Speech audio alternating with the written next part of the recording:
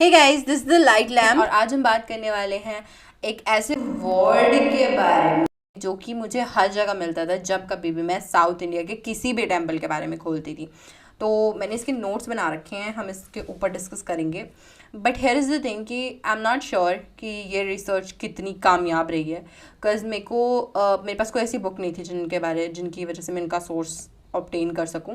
मुझे online Amazon पे book मिली the hounds of Shiva, but उसको यहाँ पे शिप होने में बहुत टाइम लग जाएगा बिकॉज अभी G20 समिट चल रहा है एंड शिपमेंट्स सारी रुकी हुई हैं। So I am really sorry if this information is not too accurate, but हाँ इतना ज़रूर है आपको स्टोरी और वर्ड का मीनिंग अच्छे से समझ आ जाएगा कि क्या हो रहा है और क्या एक्चुअली में है।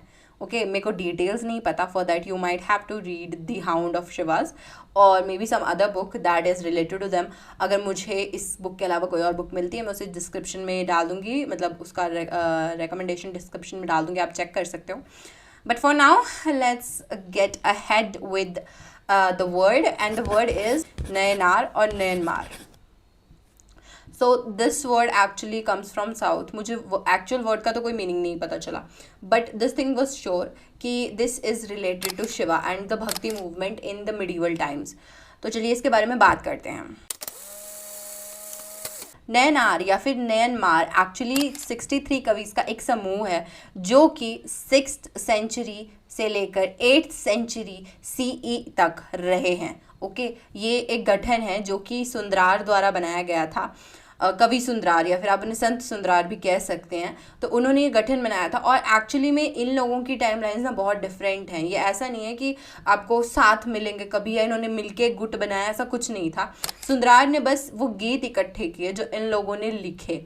इन 63 लोगों ने मिलके शिव के प्रति गीत लिखे जो कि बहुत भक्ति भाव से भरे हुए थे और इन्हीं गीतों का प्रचार सुंदरार ने पूरे साउथ इंडिया में किया और इन लोगों ने डिफरेंट टेम्पल्स बनाने में हेल्प की और उन टेम्पल्स के लिए स्पेसिफिक गीत भी उन्हीं ने लिखे हैं। ये सभी लोग देवादिदेव महादेव के बहुत बड़े भक्त रहे हैं और अगर कोई ये समझे कि ये ब्राह्मण थे कि इनको बड़ा ही मतलब बड़े उच्च स्तर के लोग थे या फिर बड़ी पहुंच वाले लोग थे, तो ऐसा नहीं था।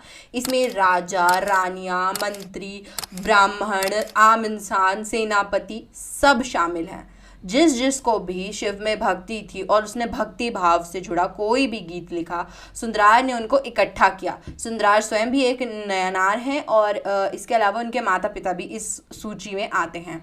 सुंदरार जब अपने जीवन काल में इस लिस्ट को बना रहे थे तो उन्होंने इसमें केवल 24 व्यक्ति ऐड किए। इसके बाद वाले जितने भी लोग हैं वो बाद में राजा राज चोला द्वारा ऐड किए गए हैं।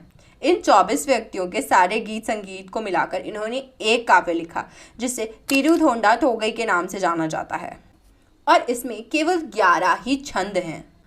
अब 10वीं शताब्दी आते आते जब राज चोला प्रथम द्वारा अपनी सभा में तेवरम, जिसमें कि तिरुथोंडा की खुल के व्याख्यान किया गया है, वह गायन सुना तो उन्होंने अपने मुख्य प्रीस्ट यानी कि अपने मुख्य पुजारी नम्बियांदर नाम्बी को कहा कि इस लिस्ट को आगे कंटिन्यू किया जाए और इस लिस्ट में यानी कि सूची में और भी नाम ऐड किए जाएं, क्योंकि शैविज्म के और भी ज़्यादा संगीत लोकेलिटी में फैले और बिखरे हुए थे जिन्हें राज चोला समेटना चाहते थे।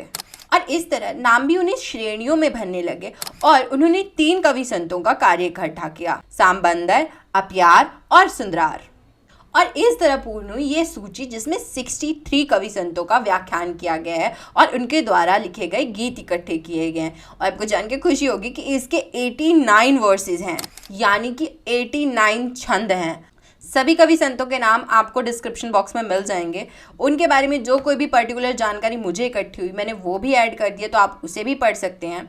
और अगर आपको ऐसी ही अननोन या फिर नॉट सो फेमस चीज़ों के बारे में जानना है तो आप मुझे फॉलो या सब्सक्राइब भी कर सकते हैं।